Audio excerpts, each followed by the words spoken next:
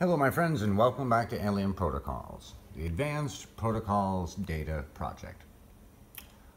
Recently, I saw a tweet from Twitter user Jay, who really is at the pinnacle of phenomenal UFO information and breaking information and edge news. He was the guy who was the first one to tweet the Chris Millen leak, but he's just been really consistent with really innovative thoughts and explorations of this topic.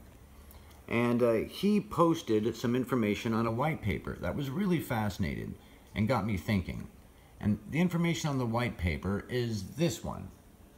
It's about evolution in humanity's cerebral functions, essentially, and how intuition and logic and consciousness can direct, or could direct, and may be in the process of currently directing our very evolution, which is a really fascinating concept that seems incredibly logical. There's a lot of information about this. I encourage you to read the full document.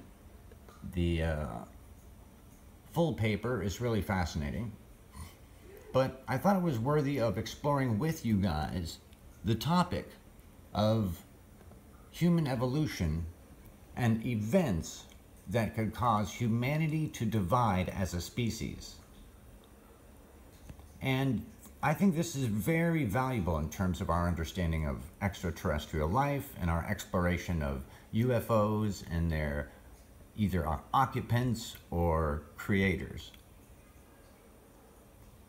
So let's explore some of these thoughts and realize that the beginnings of some of these divisions might be taking place right now in biomarkers within humanity as a species now.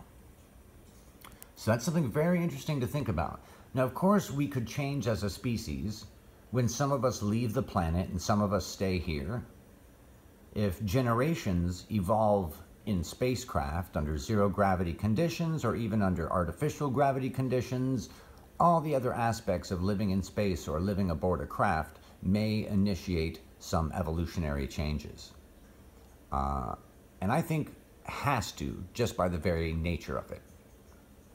Now, most people agree that at some point technology is going to grow so great, so powerful, that humans will have an opportunity to join a greater kind of collective consciousness, a greater kind of technological hive, where of course you'd be able to maintain your individuality, but you'd also have access to all of that information. And perhaps even things like immortality. We've had a whole episode about this and talked about the many very enticing options of joining the collective. But you can imagine that some people would not want to, and that they would say, you know what, I want to just remain human. So we would have the biological versus perhaps the non-biological even, or the collective. That could be a division in evolution. Here's a frightening one that could be taking place now within our society, and the biomarkers may even be testable now as to whether generations of very wealthy, privileged people have perhaps altered or superior DNA in some ways, maybe. Is that testable now?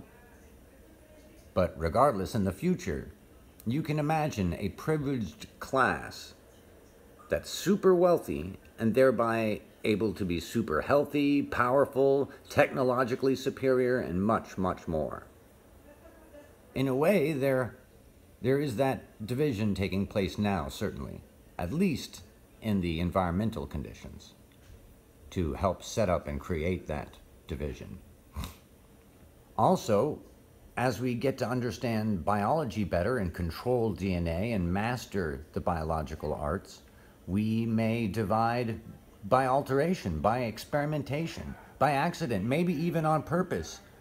You know, that's a really frightening one, but also kind of exciting at the same time.